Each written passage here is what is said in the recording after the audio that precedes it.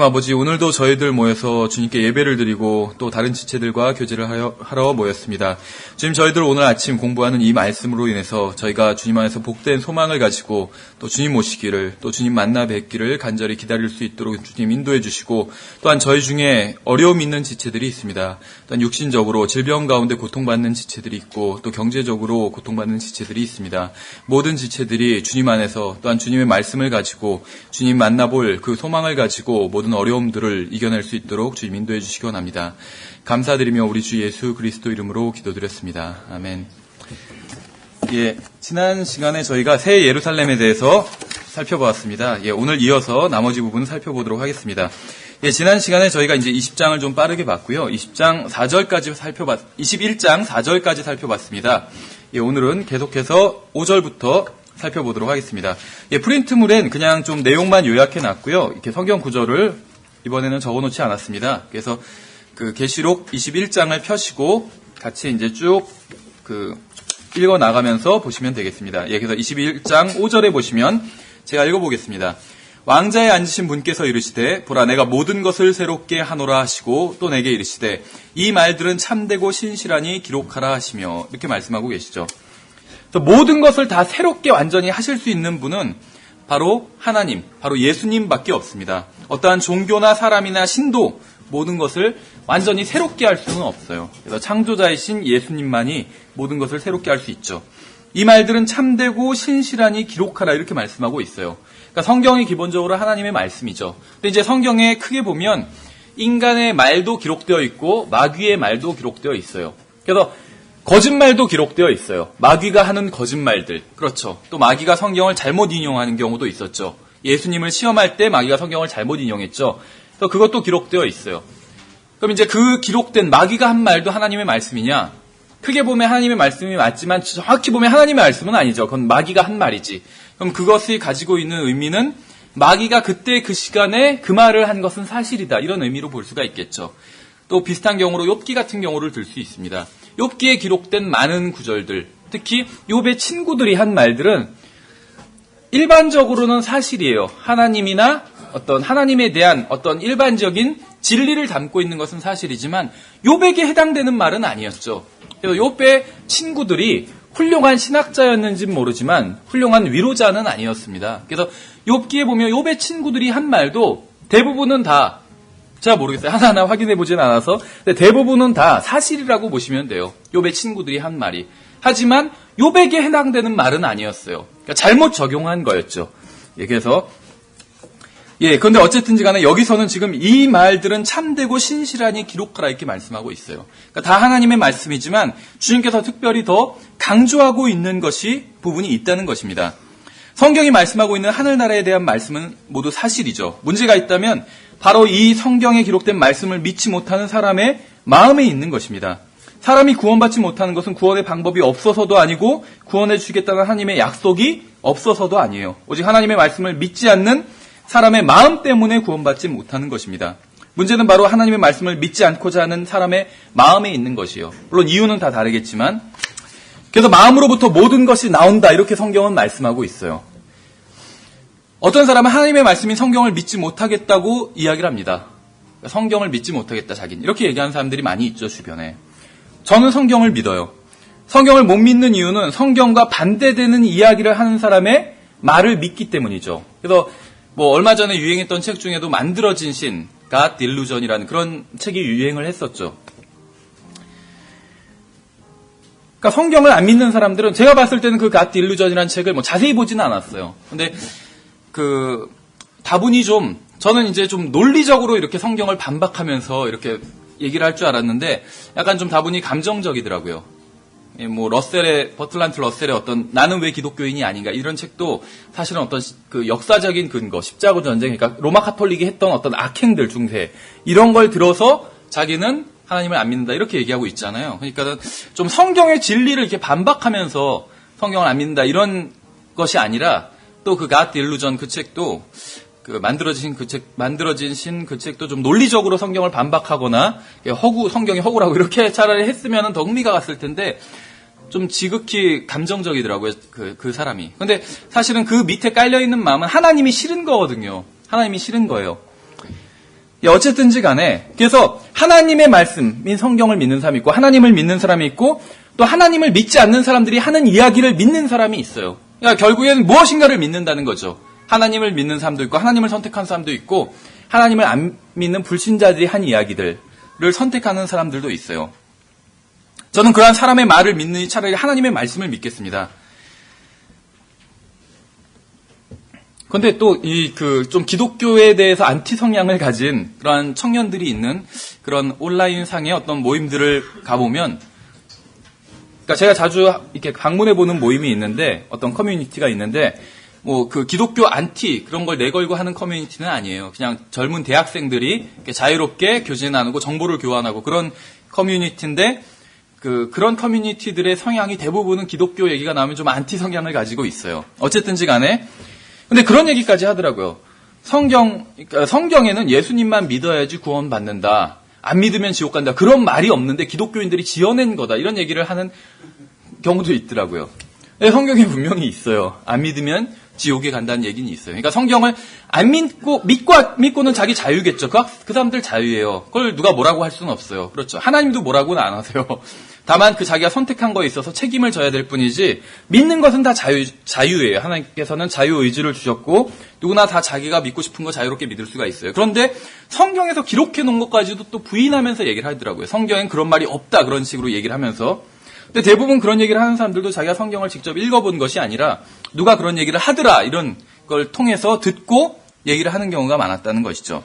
어쨌든지 간에 하나님의 말씀을 믿든지 아니면 하나님의 말씀과 반대되는 이야기를 하는 사람의 말을 믿든 둘 중에 하나를 선택하고 그 결과를 맞이하게 되는 것이죠. 6절을 보시면 또 내게 이르시되 계시록 21장 6절입니다. 또 내게 이르시되 다 이루어졌도다. 나는 알파와 오메가요 시작과 끝이라. 내가 목마른 자에게 생명수의 샘에서 값없이 주리라. 이렇게 말씀하고 있습니다. 예수님께서 지금 우리가 방금 읽은 이 구절을 보면 복음서에 있는 말씀과 좀 비슷한 부분이 나오죠. 예수님께서 십자가 위에서 하신 말씀, 요한복음 19장 30절에서 그러므로 예수님께서 식초를 받으신 뒤에 이르시되 다 이루었다 하시고 머리를 숙이고 숨을 거두시니라. 약간 영어로는 차이가 있을 거예요. 아마 그 복음서에서는 주로 it is finished 이렇게 하고 여기서는 it is done 이런 식으로 표현은 약간 차이가 있을 겁니다. 물론 뜻은 같아요. 그렇죠. 기본적으로 같은 말인데 그런데 이제 말하시는 지금 의미는 사실은 좀 다른 의미로 하시고 계신 것입니다. 예수님께서 모든 죄값을 치러주셨기 때문에 하늘나라에서의 기쁨이 가능한 것이죠. 예수님께서는 십자가 위에서 모든 죄값을 다 치러주셨어요. 그래서 십자가 위에서 한 말은 다 이뤘다 이렇게 말씀하셨을 땐 죄값을 다 치렀다는 그 의미로 말씀하신 것입니다. 이제 계시록 21장에서는 미리 치른 값에 대한 일이 모두 이루어졌다는 것이요. 그러니까 복음서에서 다 이뤘다고 말씀하셨을 땐 죄값을 다 치렀다 이 말씀을 하신 것이고 물론 이제 구약 성경의 예언을 성취했다 이 말씀이기도 하지만 구약 성경에서 말씀하시는 예언은 메시아가 와서 죄값을 치를 것에 대한 예언이죠. 그러니까 결국 같은 거예요. 어쨌든지 간에 죄값을 치른 것에 대한 어떤 다 이루었다 이런 선언이라고 볼 수가 있고 십자가 위에서 다 이루었다 이렇게 말씀하셨을 땐 계시록에서 지금 21장에서 말씀하셨을 땐 십자가상에서 치른 그 죄값에 대한 모든 구속이 완성되었다는 그런 말이라고 볼 수가 있겠죠. 예수님이 구속하신 것은 단순히 우리 사람들뿐만 아니라 온 이 새하늘과 새 땅, 온 자연 만물도 다 구속을 하신 것이에요. 그래서 새 땅과 새 하늘이 펼쳐지니까 이제 다 이루었다고 말씀하고 계신 것이죠. 예, 내가 목마른 자에게 생명수의 샘에서 값없이 주리라 이렇게 말씀하고 있어요. 지금 제가 앞에서 설명한 우리가 지난번에도 또 살펴본 이 하늘나라에서의 모든 복은 성경에선 다 값없다, 무료다, 공짜다 이렇게 말씀하고 있습니다. 오직 원하는 마음만 있으면 된다고 이렇게 말씀하고 있어요. 어떻게 하면 구원받을 수 있는지 궁금해하시는 분이 있다면 구원은 굉장히 단순합니다. 구원은 물을 마시는 것과 같다 이렇게 볼 수가 있어요. 복잡한 것이 전혀 아니라는 것이죠. 목이 마르면 물을 마시잖아요. 어떻게 이것이 넘어가고 소화기관에서 어떻게 작용을 하고 또 내 신체에 어떻게 작용을 해서 내가 갈증을 해결하고 이런 거 몰라도 물을 마시면 시원함을 느낄 수가 있는 것이죠. 마시면 되는 것이요. 목이 마르면. 그렇죠. 복음을 전하다 보면 어떻게 해야지 믿는 것인가 다 이해는 되는데 그럼 어떻게 해야지 믿는 것인가 이거 갖고 싸우는 사람이 있어요. 믿음과 막 싸우는 사람이 있어요. 그런데 사실 목이 마르면 마시거든요. 그러니까 구원받고 싶으면 믿을 수 있다는 거예요. 충분히. 그래서 목 마르면 물을 마시면 되는 것처럼 구원을 받고 싶다면 구원 받으면 된다는 것이죠. 전혀 복잡한 게 아니라는 것입니다. 구원받고 싶다는 마음만 있으면 된다는 것이요. 그래서 계속 제가 이제 구원은 선택의 문제다. 구원을 받고자 하는 마음이 있다면 구원을 받을 수 있다. 이런 말씀을 드렸었는데, 그러면서 사실은 구원에 있어서 핵심적인 것은 의의 문제는 아니다. 물론 자기 의의 문제이긴 하지만 자기의, 하나님의 의보다 자기의 의를 더 내세우니까. 본질적인 건 의의 문제는 아니다 이렇게 말씀을 드렸는데, 사실은 의의 문제가, 구원이 의의 문제인 것은 맞아요. 그런데 문제는 무엇이냐면 하나님 앞에 또 구원받을 만큼, 하늘나라에 갈 만큼 충분히 의로운 사람이 없기 때문에 의의 문제가 빠져버렸다는 것이죠. 그러니까 구원받고 안 받고가 의의 문제인 건 맞지만 하늘나라에 갈 만큼 하나님 앞에서 충분히 의로운 사람은 없기 때문에 하나님께서는 의의 문제를 제외시켜 버리셨다는 것입니다. 그리고 이제 원하느냐 원하지 않느냐의 문제만 남겨두셨다는 것이에요. 그래서 이것과 같은 것 같아요. 어떤 사람이 60세인데 60년간 노숙 생활을 했어요. 어떨까요? 제가 그냥 상상해 본 거예요. 굉장히 막 냄새가 심하겠죠. 지금도 영등포 가면 굉장히 노숙자들이 많아요. 근데 그 오랫동안 노숙 생활을 하고 오면 냄새가 몸에서 굉장히 심해요. 그렇죠? 그 사람을 집에 들이고 싶으세요? 여러분 같으면 집에? 전 여기 계신 분들이 대부분 좋은 사람이라고 생각을 해요. 다른 사람 불쌍히 여기는 마음도 있고. 그런데 악취를 풍기는 그러한 사람을 집에 들이고 싶지는 않을 거예요. 그렇죠? 아무리 좋은 사람이라 할지라도. 그래서 그 사람한테 최소한 이렇게 제안할 수는 있겠죠. 당신이 목욕을 하면 우리 집에 들어오게 해주겠다고. 그렇죠? 그건 그 사람이 얼마나 깨끗한지 그걸 따지자는 것이 아니에요. 그러니까 악취를 제거해야 되니까 일단 가장 기본적이고 상식적인 생각이에요. 그 다음 보고 저 사람 정말 깐깐하다 이렇게 생각할 사람은 없어요. 그렇죠? 노숙자를 집에 들이는데 예를 들면 목욕을 해야지 집에 들어오게 하겠다. 그 전에는 우리 집에 들어올 수 없다. 이렇게 얘기한다고 해서 저 사람 참 너무 인정머리도 없네. 이렇게 얘기할 사람은 없다는 거죠. 목욕비도 대준다고 하면 또. 그렇죠. 내가 목욕비도 다 대줄 테니까 목욕을 하고 와라. 그래야지 우리 집에 들어와서 같이 식사를 하고 교제를 나눌 수 있다 한다면 그건 삭막한 것은 아니라는 것이죠. 그렇죠. 하나님도 마찬가지라는 것입니다. 우리는 겉모습만 멀쩡하면 그렇죠. 좋은 옷 입고 좋은 집에 살고 어떤 사람 좋은 직장을 다니고 그러면 그 사람이 괜찮은 사람이라고 생각할 수가 있어요. 이 세상에선 그렇게 생각하잖아요. 근데 하나님께서 보시는 기준은 다르다는 것이죠. 우리 인간의 눈에 보이지 않는 것도 보신다는 것이죠. 죄 문제라는 것이요. 우리가 어떤 사람이 그냥 저 정도면 괜찮지 생각할지 모르지만 하나님의 코에는 악취가 풍기는 것이요. 죄가. 그 죄 문제를 해결해야 되는데 사람이 해결할 방법이 없기 때문에 하나님께서 비용도 다 대주신다는 거예요. 목욕비 대줄 테니까 목욕하고 오라는 거예요. 그렇죠. 원하면 자기가 그 목욕비를 받아서 목욕하고 그 사람 초청한 집에 들어갈 수 있는 것인데 그걸 거절하는 것이요. 그러니까 하나님이 너무한 게 아니라 사람이 너무한 것이죠. 사람이 너무한 거예요. 하나님께서는 구원을 쉽게 만들어 놓으셨는데 사람들은 어렵게 만듭니다. 구원을 받으려면 교회에 와야 되고 세례를 받아야 되고 침례를 받아야 되고 영적 기도를 해야 되고 무슨 어디에 참석해야 되고 무슨 어디에 가입해야 되고 사람들은 이렇게 생각해요. 선행을 많이 해야 되고 무슨 일을 해야 되고 헌금을 얼마를 내야 되고 사람들이 생각하는 구원, 선행 그런 것은 이런 것입니다. 그러나 성경은 그런 것을 단 한 줄도 말씀하고 있지 않아요. 성경은 원하기만 하면 누구든지 값없이 구원받을 수 있다고 말씀하고 있어요. 누구든지 원하기만 하면 바로 그 순간에 예수 그리스도를 통한 구원을 값없이 받을 수 있다는 것입니다. 물론 사람이 어떻게 구원받을 수 있는지를 놓고 평생에 걸쳐 논쟁을 할 수도 있어요. 그러나 저 같으면 그냥 믿고 구원받겠어요. 성경에서 그렇게 쉬운 방법을 말씀해 놓으셨기 때문에. 그렇죠. 저는 주님을 찾았고 주님은 저를 찾으셨습니다. 전 예수 그리스도께서 이루신 일을 믿어요. 제가 주님께서 저의 죄값을 치르기 위해서 하신 일을 믿으니 주님께서는 저에게 선물로 영원한 생명을 주신 것이죠.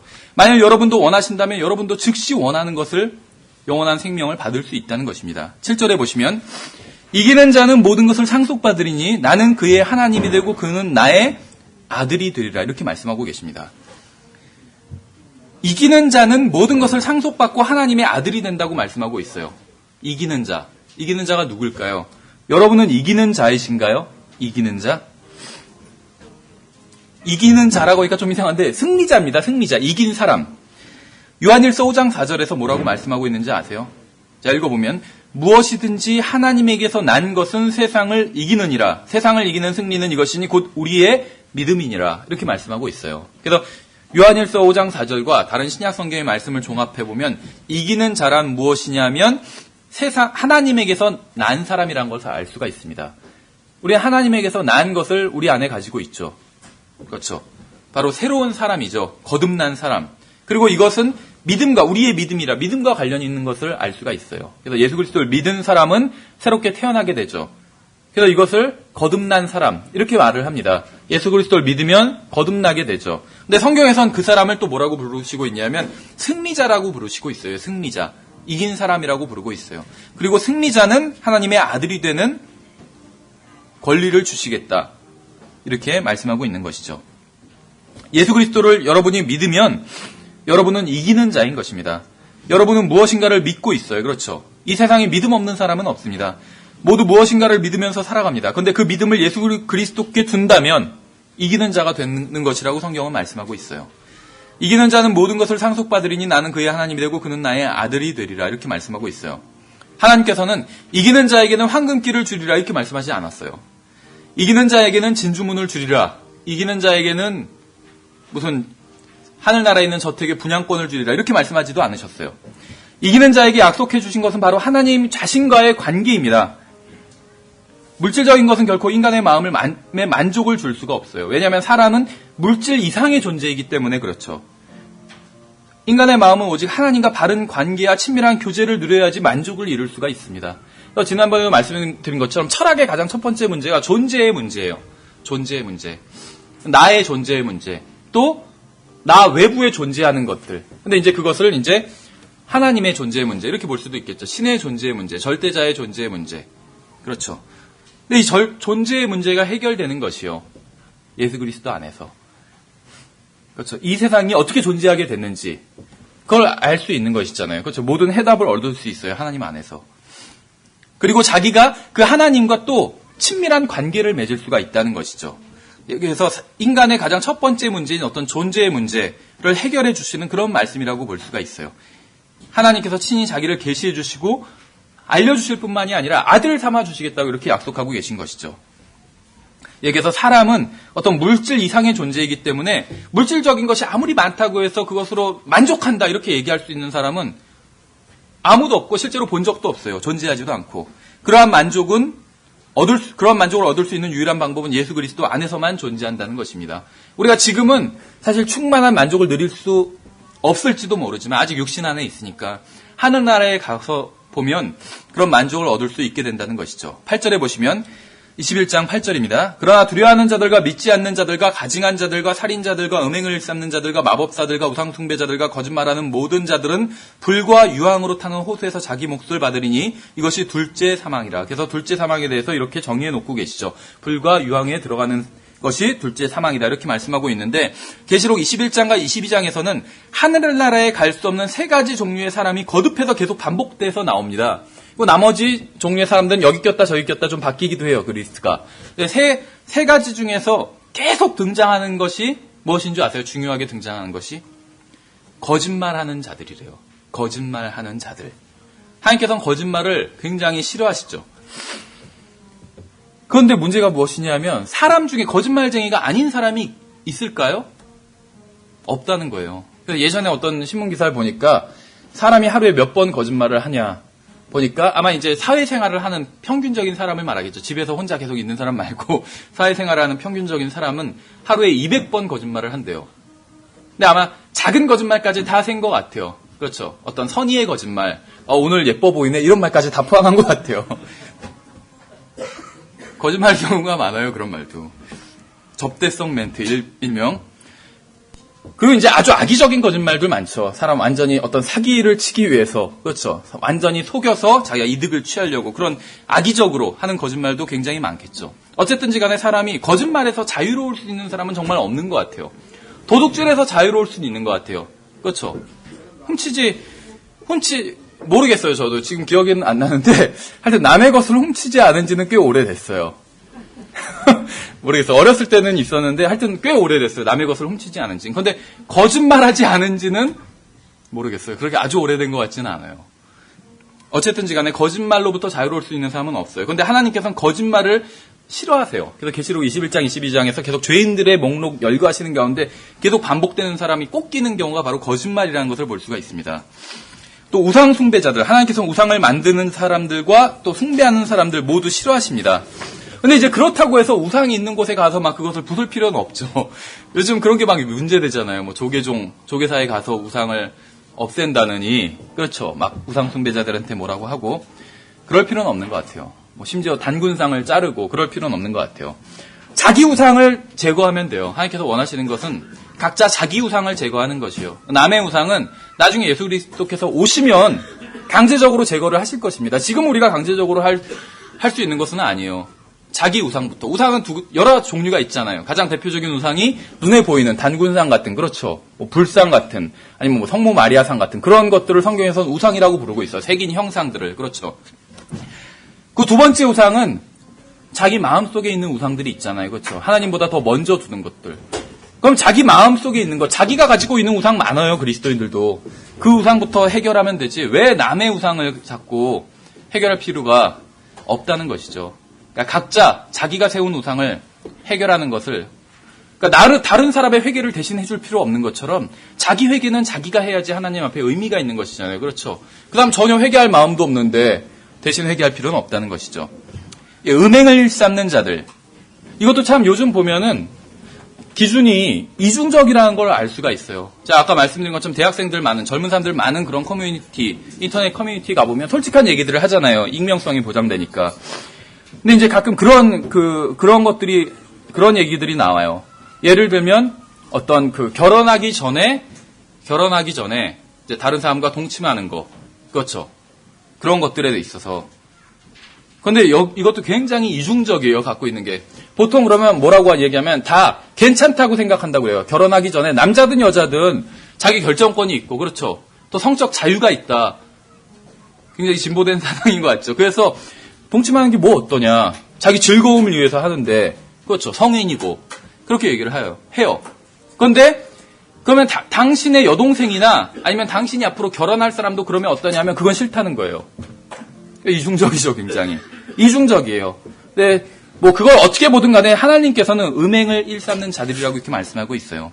이 세상에선 취향에 속한 문제일 수도 있지만 하나님께서는 음행을 일삼는 자들도 싫어하십니다. 또 살인자들, 성경을 보면 하나님께서 살인자들도 굉장히 싫어하신다는 것을 알 수가 있어요. 또 가증한 자들, 성경은 가증한 자들이 누구인지도 분명히 하고 있습니다.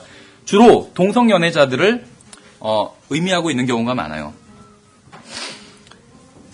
하늘나라는 그리스도인들의 소망입니다. 물론 하늘나라를 소망하지 않는 그리스도인들도 많이 있어요. 말로는 소망한다고 하지만 실제로는 소망하지 않는 사람들도 많아요. 어떤 사람들은 주님이 오셨으면 좋겠다고 하지만 이왕이면 조금 더 나중에 오셨으면 좋겠다고 하는 사람들도 있어요. 여러분의 마음은 무엇으로 가득 차 있습니까? 다른 사람들이 구원받는 것으로 가득 차 있습니까? 혼들이 구원받는 것에 마음이 있습니까? 교회가 세워지고 생활이 변화되는 것에 그런 것으로 마음이 가득 차 있습니까? 다른 사람들에게 성경을 가르치고 전파하는 것에 마음이 있습니까? 성경을 암송하는 것에 관심이 있습니까? 복음을 전하는 것에 관심이 있습니까? 이러한 것에 관심이 없는 그리스도인들도 많이 있어요. 오히려 주님을 섬기고 교회에서 다른 지체들을 섬기면 귀찮은 일들이 생기고 안 좋은 일들이 생긴다고 생각하는 사람들도 많이 있습니다. 복음을 전하고 선교를 하러 가면 나쁜 일이 생긴다고 생각하는 사람들도 많이 있어요. 그러나 그리스도인들이 진정으로 두려워할 만한 그러한 일은 없습니다. 그리스도인들은 이 생의 일들로 인해서 두려워할 필요가 전혀 없어요. 그것이 무슨 일이든 간에. 우리는 두려워하느라 인생을 낭비할 필요가 없어요. 우리는 새 예루살렘에서 예수 그리스도와 함께 거하게 될 것입니다. 그러므로 슬픔이나 눈물이나 인생의 문제로 인해서 두려워할 필요는 없다는 것이죠. 교회를 다니고 신앙생활을 하다가 상처를 받은 사람들이 있어요. 이전에 다니던 교회에서 입은 어떤 마음의 상처가 크기 때문에 새로 다니는 교회에서는 다시는 어떤 마음을 열지 않겠다. 이렇게 마음 먹고 다니시는 분들도 많이 봤어요. 사람들과 어울리다가 또다시 마음의 상처를 입을까? 어떤 두려운 마음이 있는 것이죠. 그러나 두려워하는 마음은 하나님께로 온 그러한 마음이 아니에요. 그렇죠. 두려워하는 자들, 하나님께서는 그런 사람들도 리스트에 넣으셨잖아요. 하나님 외에 다른 것을 두려워하는 것은 살인이나 우상숭배나 마술을 하는 것만큼이나 잘못된 것이에요. 그렇죠. 하나님께서는 동일선상에 놓고 리스트에서 쭉 열거하고 계시잖아요. 그렇죠. 두려워하는 자들, 믿지 않는 자들, 우상숭배자들 다 같은 선상에서 말씀하고 있다는 거예요. 그래서 우리가 어떠한 하나님 외에 어떤 다른 것으로 인해서 두려워한다면 그것은 하나님 앞에서 죄를 짓는 것이고 하나님께서 기뻐하지 않으시는 일이라는 것입니다. 만약 하나님 외에 다른 것을 두려워하는 분이 있다면 주님께서 그러한 두려움으로부터 건져주시기를 바랍니다. 예, 9절을 보시면 11절까지 쭉 읽어보겠습니다. 마지막 7재앙을 가득 담은 7병을 가졌던 7천사 중 하나가 내게 와서 나와 이야기하며 이르되 이리로 오라 내가 신부 곧 어린 양의 아내를 내게 보여주리라 하고 영 안에서 나를 데리고 크고 높은 산에 이르러 하늘에서 하나님으로부터 내려오는 저 큰 도시 곧 거룩한 예루살렘을 내게 보여주었는데 그 도시에 하나님의 영광이 있더라. 이렇게 말씀하고 있죠. 새 예루살렘을 보여주면서 가장 먼저 보여주는 게 무엇인지 아세요? 그 도시에 있는 구원받은 사람들이 아니라 하나님의 영광을 보여줬어요. 그러니까 새 예루살렘에서 가장 핵심적인 것은 하나님의 영광이란 것이에요. 거기 있는 사람들도 아니고 거기 있는 보석들도 아니에요. 바로 하나님의 영광이 새 예루살렘에서 가장 중요한 것이란 것입니다. 근데 로마서 8장에서는 그리스도인들이 영광스럽게 될 것이 예정되어 있다고 말씀하고 있어요. 구원받는 것이 예정되어 있는 것이 아니라 예수님을 믿으면 구원받고 그 다음엔 영광스럽게 될 것이 예정되어 있다는 것이요. 그래서 믿는 자들은 다 영광스럽게 될 것이 예정되어 있다는 것입니다. 하나님의 영광에 동참하게 된다는 것이죠. 11절에서 그것의 빛이 지극히 귀중한 보석 같고 벼옥 같으며 수정같이 맑더라 이렇게 말씀하고 있어요. 그래서 새 예루살렘이 수정처럼 맑다고 하니까 이걸 본따서 만든 교회가 수정교회죠. 수정교회 LA에 있는. 근데 왜 얼마 전에 부도 났다고 하잖아요. 그렇죠. 거기는 수정교회는 성가대도 돈 주고 고용해요. 돈 받고 그 성가대 찬양대 시간에 찬양하고 다음에는 바로 퇴근해요. 자기네 임무가 끝나면. 그러니까 완전히 교회가 상업화된 가장 대표적인 그 예 중에 하나가 그 수정교회예요. 수정교회. 어쨌든 간에 이걸 본떠서 한 거겠죠. 12절에 보시면 그 도시에는 크고 높은 성벽이 있고 12문이 있으며 그 문들에 12천사가 있고 그 문들 위에 이름들이 기록되어 있었으니 곧 이스라엘의 자손들의 12지파의 이름들이라. 주님의 영광을 소개한 후에야 비로소 이제 다른 것들에 대한 묘사가 시작되고 있습니다. 계속해서 13절부터 보면 동쪽에 세 문, 북쪽에 세 문, 남쪽에 세 문, 서쪽에 세 문이 있으며 그 도시의 성벽에는 12기초석이 있고 그것들 안에 어린 양의 12사도들의 이름들이 있더라. 나와 이야기하던 자가 그 도시와 그 도시의 문들과 성벽을 측량하려고 금 갈대를 가졌더라. 그 도시는 네모 반듯하게 놓여 있으며 길이가 너비만큼 길더라. 그가 그 갈대로 도시를 측량하니 12,000 스타디오니오 도시의 길이와 너비와 높이가 같더라. 약간 좀 독특하죠. 이제 새 예루살렘에 생긴 모습을 묘사하고 있습니다. 그런데 12,000 스타디온이라고 했는데 이것이 이제 1,500마일 정도 된대요. 그래도 감은 안 오죠. 똑같이 한국 사람들한테는. 2,414km더라고요. 1,500마일이. 우린 키로가 더 감이 오니까 2,414km. 한쪽 면이. 그런데 이게 가로, 세로가 있고 높이가 있잖아요, 지금. 그렇죠. 굉장히 좀 독특한 모습이에요. 새 예루살렘이. 그러니까 가로, 세로로 2,400km만 해도 엄청나게 크죠. 이게 얼마면 미국 서부만 해요. 미국 서부. 그렇죠. 미국 서부. 엄청난 크기예요. 그런데 이게 위로도 그 정도 길이가 있는 거예요. 상상해 가세요. 굉장히 큰 도시입니다. 그리고 이 도시는 정육면체예요. 그렇죠. 가로, 세로가 있고 높이가 있잖아요. 어떤 분은 이걸 약간 틀어서 마른 목골로 이렇게 생겼을 것이다 이렇게 추측하시는 분도 있는데 어쨌든 간에 추측입니다. 근데 그냥 이것만 읽고 보면은 길이와 너비와 높이가 있다고 말씀하고 있잖아요. 그럼 정육면체인 것 같아요. 일단은.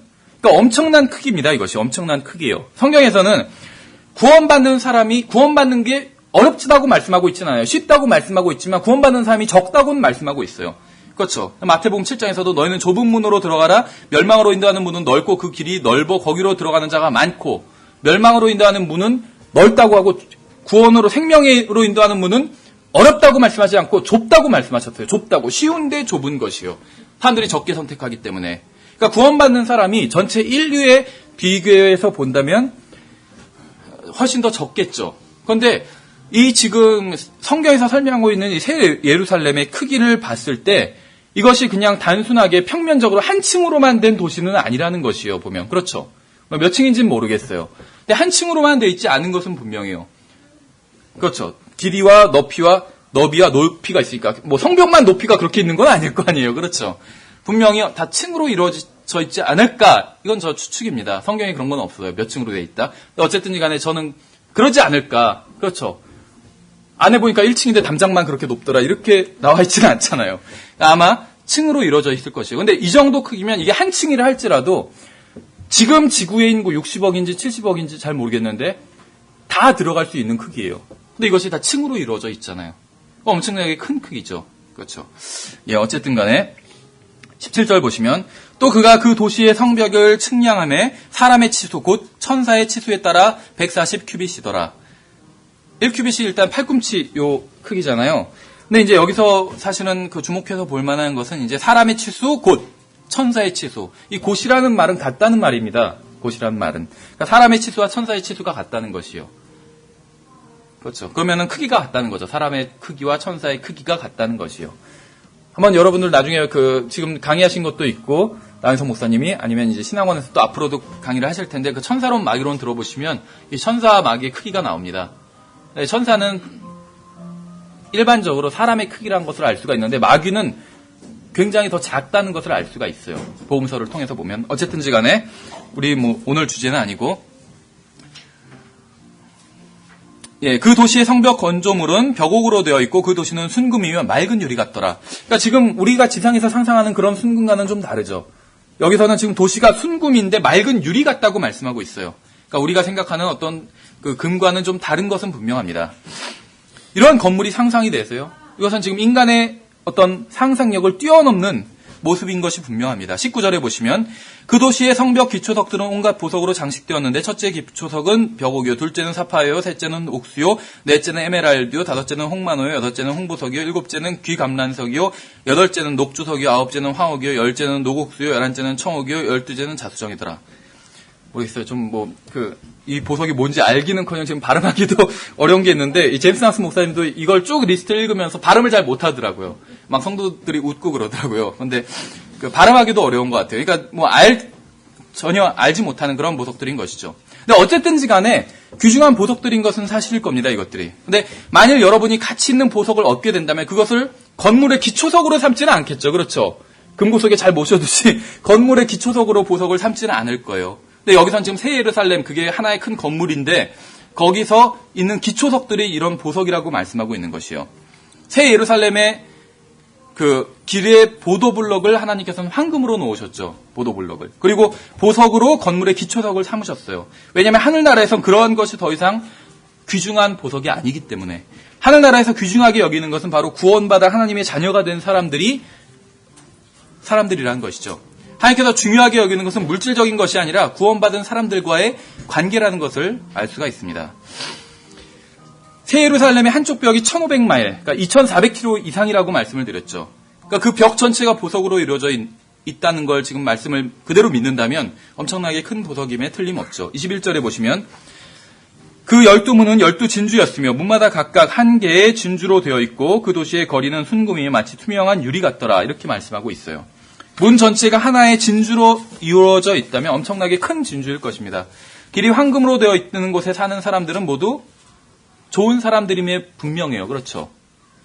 길이 황금으로 되어 있는 도시가 있는데 거기서 살고 있는데 보도블럭이 하나도 훼손되지 않았다. 그럼 살고 있는 사람들이 분명히 좋은 사람들임에 분명하다는 것이에요. 그렇죠? 그러니까 분명히 우리는 그곳에서 살게 될 것인데 우리의 몸만 영원히 살 수 있는 몸으로 변화되는 것이 아니라 우리의 마음도 영원히 살 수 있는 마음으로 변화될 것 같아요. 그렇죠. 그렇지 않고서야 이 보도블럭이 남아있지 않겠죠. 길이 황금으로 있었지만 나중에 사람들이 다 뜯어갔더라. 이렇게 기록되어 있을 거예요, 만약에. 근데 그대로 뒀다는 것은 사람들의 마음이 변했다는 것이에요. 그렇죠. 그러니까 어떤 분들 걱정하시는 분들이 있어요. 하늘나라에 가면 재밌는 것도 없을 것 같고 순전히 교회 잘 다니는 사람들만 있지 않냐. 그렇죠. 잘 놀고 이런 사람들은 없을 것 같다 하시는데 이 지상에서 우리가 이 몸을 입고 만족하던 것과 이 마음의 상태가 분명히 변화되어 있을 것입니다. 거룩한 것을 보면 막 만족이 되세요? 기쁘고? 반대인 경우가 더 많죠. 거룩하지 않은 것을 봐야지 만족하고 사람들은 기쁨이 와요. 그렇죠. 그러니까 TV에서 하는 걸 상상해 보세요. 더 인기 있는 프로일수록 거룩하지 않아요. 그렇죠. 사람들은 그걸 더 좋아하고 많이 보잖아요. 그리스도인 마음도 크게 다르지 않다고 생각해요. 그렇죠. 그래서 우리가 이 육신에 속해 있을 때는 마음이 온전히 다 변화받지 못했기 때문에 거룩하지 않은 것들을 오히려 기뻐해요. 거룩한 것은 따분해요. 그렇죠. 근데 하늘나라에 가면 하나님께서는 거룩한 것을 기뻐하시죠. 우리의 마음도 그렇게 변한다는 것이요. 얼마나 좋은 소식이에요. 그렇죠. 더 이상 거기 가도 그럼 거기 가면 재미없는 것만 있는데 나는 혹시 타락해서 혼자 재밌는 것 찾다가 죄 짓지 않을까 이렇게 걱정할 필요가 없다는 것이요. 죄를 기뻐하지 않는 마음으로 변화되는 것이요. 이 사실만 해도 저는 정말 너무 큰 소망을 느끼겠어요. 죄에서 벗어날 수가 없잖아요. 근데 죄를 더 이상 기뻐하지 않는 마음이 되는 거예요. 마치 하나님의 마음처럼. 그렇죠. 그러니까 보도블럭이 온전해요. 근데 하늘나라가 좋은 사람들만 있는 곳이라는 증거가 이 보도블럭이 온전하다. 이것 외에 또 다른 것이 있어요. 계속해서 읽어보면 22절에 또 내가 그 안에서 성전을 보지 못하였으니 이는 주 하나님 전능자 어린 양께서 그 도시의 성전이시기 때문이라 이렇게 말씀하고 있죠. 하나님 자체가 성전이라고 성경에서는 이렇게 말씀하고 있습니다. 여기서 하나님께서 하늘나라에 계시기 때문에 하늘나라가 의미가 있는 것이요. 하나님께서 거하시지 않는다면 구약 성경에 나오는 그 성막은 그냥 텐트에 지나지 않아요. 그것은 그렇죠. 그것도 짐승 가죽으로 덮은 텐트에 지나지 않습니다. 하나님께서 거하시지 않는다면 성전은 건물에 지나지 않아요. 솔로몬이 지은 성전도 건물에 지나지 않다는 것이죠. 교회에 하나님께서 거하시지 않는다면 교회는 사교 모임에 지나지 않습니다. 하늘나라에 하나님께서 거하시지 않는다면 하늘나라는 박물관에 지나지 않아요. 진귀한 것들이 있는 장소에 지나지 않게 되는 것이죠. 장소를 빛내는 것은 바로 주님이라는 것입니다. 주님께서 거하시지 않는다면 장소는 아무런 가치가 없어요. 그렇죠. 23절에 보시면 그 도시는 해와 달이 안에서 빛을 비출 필요가 없었으니 이는 하나님의 영광이 그 도시를 밝혀 주었고 어린 양께서 그 도시의 광채이시기 때문이라. 그러니까 더 이상 빛이 전등 기구가 없는 것이 하늘나라에는. 주님께서는 새 예루살렘의 중심에 앉아 계셔서 빛을 발하실 것입니다. 그 새 예루살렘 전체가 수정과 같다고 말씀하고 있잖아요. 그러니까 주님께서 새 예루살렘 중심에 앉아서 빛을 발하시는데 새 예루살렘이 수정받기 때문에 다 통과해서 빛이 나오겠죠, 완전히. 그러니까 새 예루살렘엔 빛이 없는 게 아니라 온 세상에 빛이 더 이상 필요가 없어요. 새 예루살렘 자체가 발광체니까 그 안에 있는 예수님 자체가 발광체인 것이죠. 그래서 이 빛이 새 예루살렘 전체가 아니라 전 우주를 다 밝히게 될 것이에요. 지금은 전 우주가 다 어둡잖아요. 깜깜해요. 왜냐하면 죄악에 대한 심판 때문에 깜깜한 것이요. 우리가 알지 못하던 과거 오래전에 창세기 1장부터 1장 3절 사이에 전 우주에 어떤 존재가 죄를 지었고 하나님께서 심판하시기 때문에 남은 것은 정말 물기 없는 사막, 행성들 있는 것이고 그 다음에 어둠만 있는 것이요. 그런데 전 우주가 밝게 빛나는 것이에요. 그래서 지금은 우주 그리면 까만 거에 이제 별들 이렇게 그리는데 이때는 아마 우주 그리면 밝은 거를 그려야 될 거예요. 그렇죠. 놀라운 광경이 되겠죠. 창세기에서는 어둠이 나옵니다. 이 어둠은 마귀의 배신과 그에 대한 주님의 심판의 결과예요. 지금 우주가 어두운 것은 마귀의 배신과 그에 대한 심판의 결과입니다. 그 어둠을 완전히 소멸시킬 수 있는 것은 오직 예수 그리스도밖에 없어요. 새 예루살렘은 예수 그리스도부터 나오는 빛으로 충만할 것이고 그 빛은 전 우주를 다 비추게 될 것입니다. 그러면 어둠은 사라져버릴 것이요. 하나님의 어린 양이신 예수 그리스도께서는 세상의 빛일 뿐만 아니라 이때는 전 우주의 빛이 되는 것이에요. 그렇죠. 예수 그리스도께서는 많은 빛 중에 하나가 아닌 유일한 빛이 될 것입니다. 지금 많은 빛이 있잖아요. 그렇죠. 예수님 없는 사람이, 안 믿는 사람이라고 해서 집에 불 안 들어온 건 아니잖아요. 빛이 많이 있어요. 근데 이때는 유일한 빛이 될 것이라는 것이죠. 유일한 빛. 24절에 구원받은 자들의 민족들이 그 도시의 빛 가운데서 다니겠고 땅의 왕들이 자기들의 영광과 존귀를 가지고 그리로 들어가리라. 거기에는 밤이 없을 터이므로 낮에 그 도시의 문들을 결코 닫지 아니하리라. 그러니까 새 예루살렘에 정말 좋은 사람들만 산다는 증거 중에 하나가 이건 것 같아요. 사람들이 왜 문을 닫을까요? 그냥 닫기만 하는 게 아니라 또 잠그죠. 그 문을 이렇게 문고리를 만져보는 사람들이 있다 그래요. 그래서 돌려봐가지고 열려 있으면 들어와서 이제 훔쳐가는 거예요. 그런데 닫혀 있으면 그냥 가고. 그러면 안 잠근 집들도 있대요. 그럼 이제 그런 집만 찾는 그러한 전문 터리범들이 있다는 걸 기사에서 본 적이 있어요. 근데 새 예루살렘엔 잠글 필요도 없고 닫을 필요도 없다고 나와 있어요. 그 문들을 결코 닫지 아니라 이렇게 말씀하고 있잖아요. 닫을 필요가 없어요. 왜냐하면 새 예루살렘엔 나쁜 사람이 더 이상 없기 때문에. 마음이 다 변화됐어요, 이미. 거룩한 마음으로. 그렇죠. 그래서 그곳에는 어떠한 위협도 없습니다. 위험도 없고. 그러므로 문을 닫거나 잠글 필요가 전혀 없다는 것이죠. 26절 보시면 그들이 그 민족들의 영광과 존귀를 가지고 그것 안으로 들어가리라. 더럽게 하는 것은 어떤 것이든지 결코 그리로 들어가지 못하며 또 무엇이든지 가증한 것을 이루게 하거나 거짓말을 지어내는 것도 들어가지 못하되 오직 어린 양의 생명책에 기록된 자들만 들어가리라. 여기서 본문은 새 예루살렘에 누가 들어갈 수 있는지 분명히 다시 말씀하고 있는 것이죠. 예, 거의 시간이 됐는데 22장은 좀 더 앞부분만 좀 빠르게 보면 1절부터 보면 또 그가 하나님과 어린 양의 왕자로부터 흘러나오는 수정같이 맑은 생명수의 정결한 강을 내게 보여주리라 이렇게 말씀하고 있습니다. 그래서 생명수의 강이 있고 그 양옆, 중앙에, 새 예루살렘의 중앙에 생명의 강이 있는 것을 볼 수가 있어요. 강이 있어요. 그래서 새 예루살렘에도. 2절에 보시면 그 도시의 거리 한가운데와 강의 양쪽에는 생명나무가 있어서 그것이 12종류의 열매를 맺고 달마다 자기 열매를 냈으며 그 나무의 잎사귀들은 그 민족들을 치유하기 위하여 있더라. 이 생명나무가 사실은 공부를 해보면 아마 많은 것들을 알 수 있을 겁니다. 우리가 여기서 자세히 공부할 시간도 없고 하기 때문에 그냥 간단히만 살펴보면 생명나무는 분명히 과거에 에덴 동산에 있었죠. 그러다가 사라졌고 지금 여기서 다시 등장하게 됩니다.